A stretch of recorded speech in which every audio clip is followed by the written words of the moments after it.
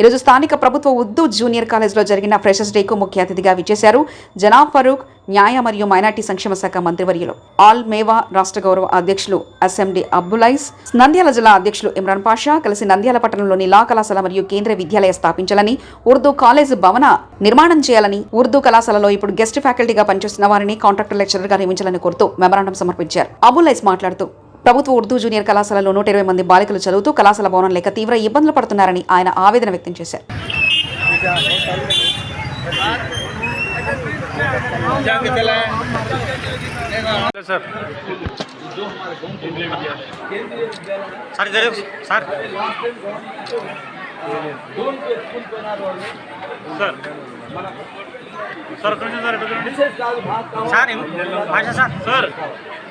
Thank you sir, thank you very much.